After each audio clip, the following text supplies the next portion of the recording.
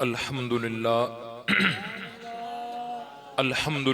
نحمده ونستعینه اما بعد فاعوذ باللہ من الشیطان الرجیم بسم اللہ الرحمن الرحیم ومن الناس من یقول آمنا باللہ وبالیوم الآخر وما هم بمؤمنین صدق اللہ العظیم۔ تمام ساتھی بلند آواز سے درود پاک پڑھیں۔ اللہم صلی علی محمد وعلی آل محمد کما صلیت علی ابراہیم وعلی آل ابراہیم انکا حمید مجید۔ اللہم بارک علی محمد وعلی آل محمد کما بارکت علی ابراہیم وعلی آل ابراہیم انکا حمید مجید۔ عزیز دوستو، بزرگوں، بھائیوں، جامعہ عبداللہ بن مسعود کا سالانہ ذی وقار روح پرور یہ اجتماع، دعا ہے کہ اللہ تعالیٰ اپنی بارگاہ میں قبول فرمائے اور حضرت مولانا شیخ الحدیث و تفسیر رہبر شریعت حضرت مولانا مفتی حبیب الرحمن درخواستی صاحب دامت برکاتہم العالیہ اور ان کے جتنے بھی رفقا ہیں جنہوں نے محنت کر کے اس پروگرام کا انعقاد کیا، اللہ تعالیٰ ان کی محنت کو قبول فرمائے۔ اور میری قیادت اسٹیج پر موجود ہے، میں ان کی موجودگی میں زیادہ بات کو لمبا کرنا نہیں چاہتا۔ یہاں ہمارا مقصد صرف حاضری دینا ہوتا ہے اور دعا میں شریک ہونا ہوتا ہے، اور بہت دور دور سے علماء یہاں تشریف فرما ہیں۔ میں دو چار باتیں عرض کروں گا۔ نبی پاک صلی اللہ علیہ وسلم کے دور میں کلمہ پڑھنے والے دو گروہ تھے، ایک بہترین مسلمان اور ایک بدترین کافر۔ کلمہ دونوں پڑھتے تھے، دور دونوں کا ایک ہی تھا، ایک بہترین مسلمان اور ایک بدترین کافر۔ میں نے آپ کے سامنے دو دعوے کیے ہیں۔ ایک بہترین مسلمان، یہ بہترین مسلمان کون تھے؟ بولو بھائی، صحابہ تھے۔ صحابہ کے بہترین مسلمان ہونے پر بہت سارے دلائل ہیں۔ ایک دلیل عرض کر دیتا ہوں کہ جو بھی نیکی کی ابتدا کرتا ہے وہ نیکی آگے جتنا بھی سفر کرے، ابتدا کرنے والے کو سارا ثواب ملتا ہے۔ نماز نیکی ہے تو سب سے پہلے نمازی کون ہے؟ آواز آنی چاہیے بھائی، وقت اتنا نہیں ہے، میں بار بار آپ کو نہیں کہہ سکتا۔ جو صحابہ کو مانتے ہیں، صحابہ کہنے سے ایمان تازہ ہوتا ہے، وہ جواب دیں بھائی۔ سب سے پہلے نمازی کون ہے؟ سب سے پہلے حاجی کون ہے؟ سب سے پہلے روزہ رکھنے والے کون ہیں؟ صحابہ ہیں۔ تو یہ نماز جتنا آگے سفر کرے گی، بعد والوں کو صرف اپنی نماز کا ثواب ملے گا، لیکن صحابہ کو ساری امت کی نمازوں کا ثواب ملے گا۔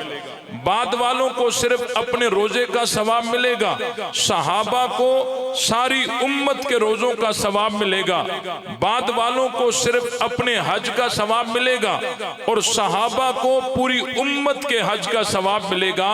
تو حضور علیہ السلام کے دور میں کلمہ پڑھنے والے دو گروہ تھے، ایک بہترین مسلمان اور ایک بدترین کافر۔ کلمہ وہ بھی پڑھتے تھے۔ میں نے دوسرا دعویٰ یہ کیا کہ بدترین کافر یہ کون ہیں؟ یہ منافق ہیں۔ اب ان کے بدترین ہونے کی دلیل کیا ہے؟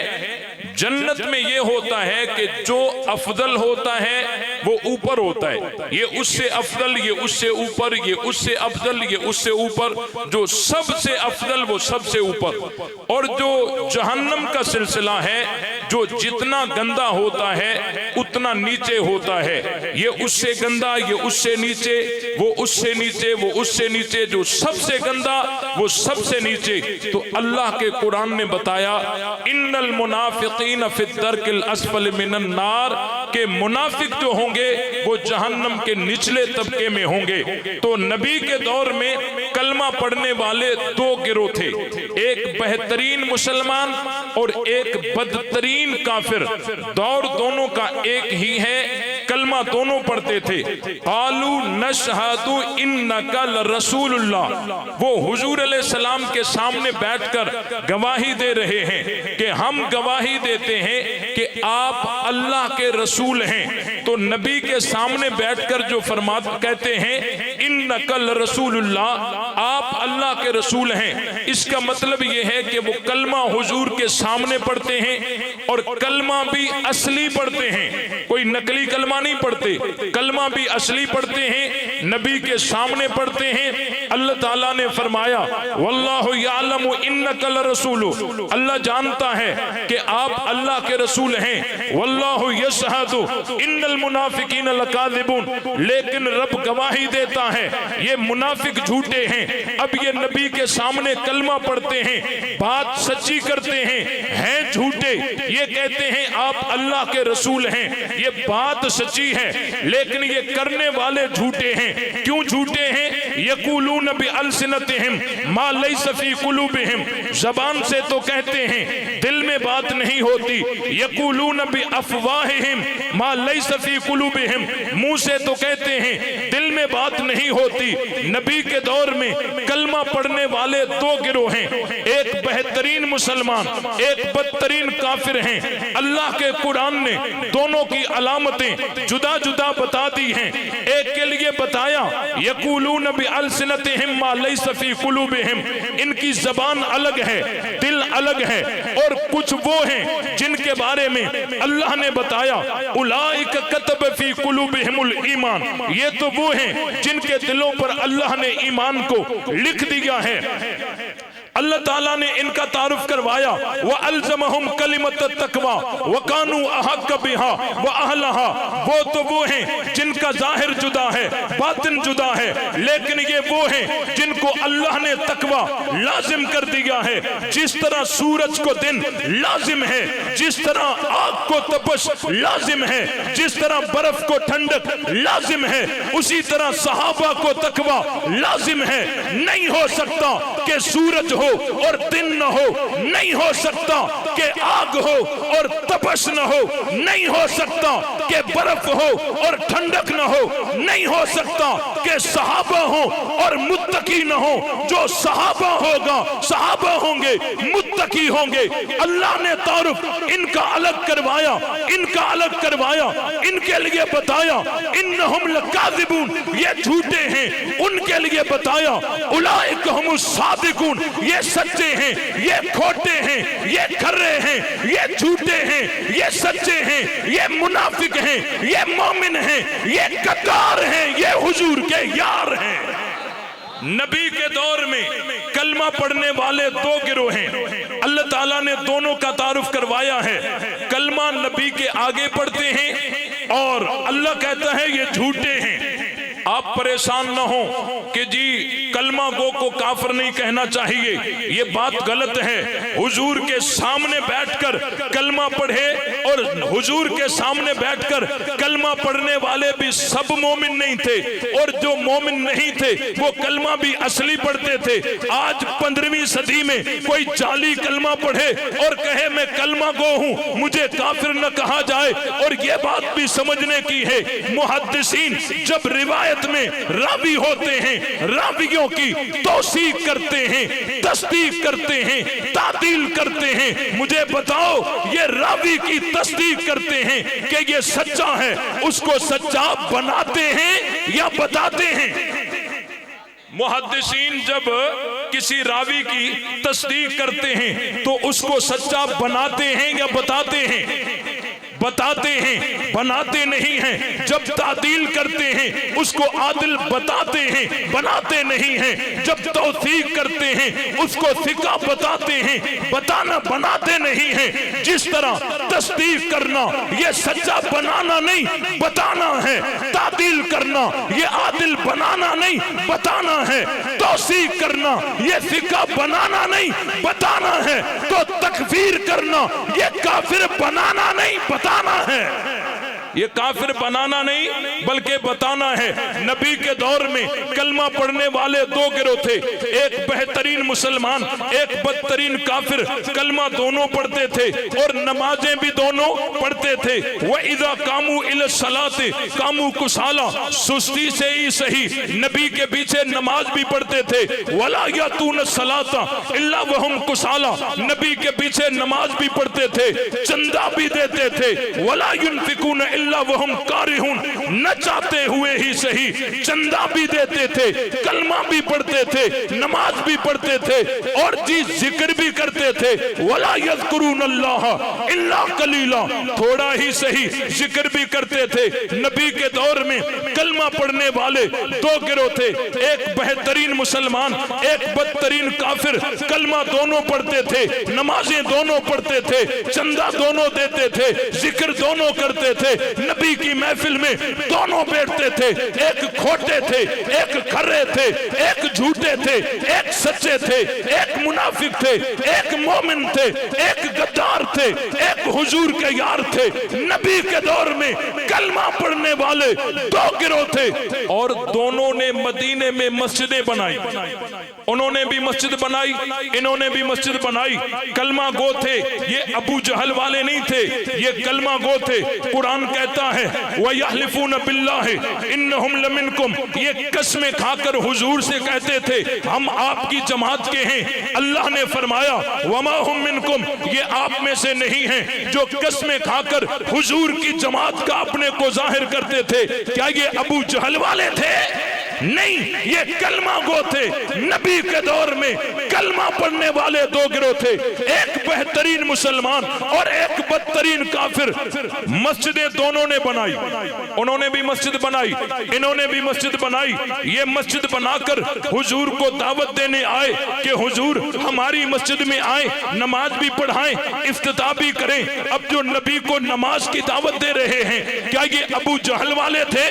نہیں، یہ کلمہ گو تھے۔ جب پیغمبر جانے لگے اللہ نے روک دیا والذین اتخذوا مسجدا ضرارا وکفرا وتفریقا بین المؤمنین وارصادا لمن حارب اللہ ورسولہ من قبل وليحلفن ان اردنا الا الحسنى واللہ یشہد انہم لکاذبون لا تکن فیہ ابدا۔ اے میرے محبوب، آپ کو وہاں جانے کی اجازت نہیں۔ حضور تو نہیں گئے، صحابہ کو بھیجا نماز کے لیے؟ نہیں، صحابہ کو بھیجا آگ لگا دو، جلا دو، صفحہ ہستی سے مٹا دو۔ نبی کے دور میں کلمہ پڑھنے والے دو گروہ تھے، ایک بہترین مسلمان، ایک بدترین کافر۔ انہوں نے بھی مدینے میں مسجد بنائی، انہوں نے بھی مدینے میں مسجد بنائی۔ اللہ کے رسول نے ایک مسجد کو آگ لگوا کے جلوا دیا اور جس مسجد کی زمین کے پیسے ابو بکر نے دیے تھے وہ مسجد آج بھی مدینے میں موجود ہے یا نہیں ہے؟ نبی کے دور میں کلمہ پڑھنے والے دو گروہ تھے، ایک بہترین مسلمان، ایک بدترین کافر۔ اللہ نے دونوں کو جدا جدا بیان کیا ہے۔ المنافقون والمنافقات بعضهم من بعض یأمرون بالمنکر وینہون عن المعروف۔ یہ منافق جو تھے یہ بھلائی سے روکتے تھے، برائی کا حکم کرتے تھے۔ جو بہترین تھے ان کے لیے بتایا کنتم خیر امت اخرجت للناس تأمرون بالمعروف وتنہون عن المنکر۔ یہ بھلائی کا حکم کرتے ہیں، برائی سے روکتے ہیں، یہ برائی کا حکم کرتے ہیں، بھلائی سے روکتے ہیں۔ اللہ کے نبی کو اللہ نے بتا دیا فلاں فلاں منافق ہے۔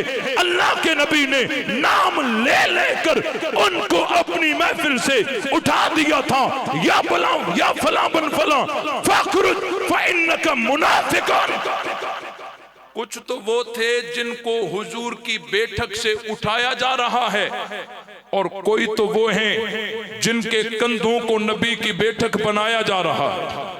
اللہ نے جدا جدا کر کے بتائے ہیں، کچھ تو وہ تھے جن کو نبی کی بیٹھک سے اٹھایا جا رہا ہے، کچھ تو وہ ہیں جن کے کندھوں کو نبی کی بیٹھک بنایا جا رہا ہے، اور کچھ تو وہ تھے جن کو حدود حرم سے دھکیلا جا رہا ہے۔ فسیحوا فی الارض اربعۃ اشہر واعلموا انکم غیر معجز اللہ۔ اور کوئی تو وہ ہیں جن کو حدود حرم سے دھکیلا جا رہا ہے، اور کوئی وہ ہیں جن کو کھینچ کر مصلی پہ کھڑا کیا جا رہا ہے.